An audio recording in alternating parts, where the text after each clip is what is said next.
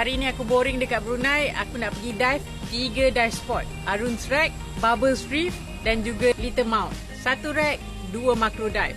Let's go.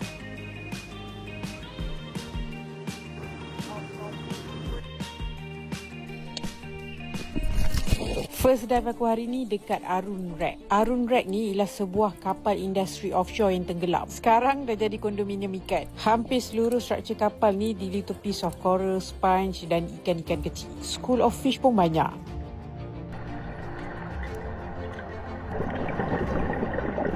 Aku siap jumpa baby nurse shark tau dekat bawah wreck ni. Pandai dia lepak bawah wreck.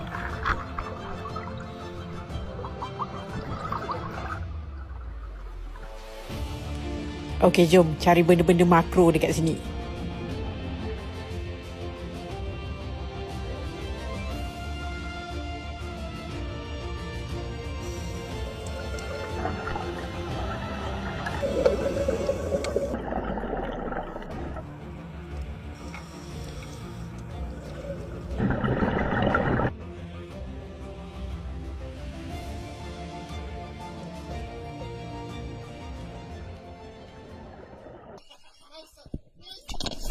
Second dive spot aku, Bubble Reef. Kenapa panggil Bubble Reef? Sebab dekat kawasan reef ni ada aliran gas yang semula jadi. Jadi sepanjang dive kau boleh nampak bubble-bubble kecil keluar daripada dasar laut. Memang interesting. Dekat sini pun syurga untuk peminat-peminat makro juga.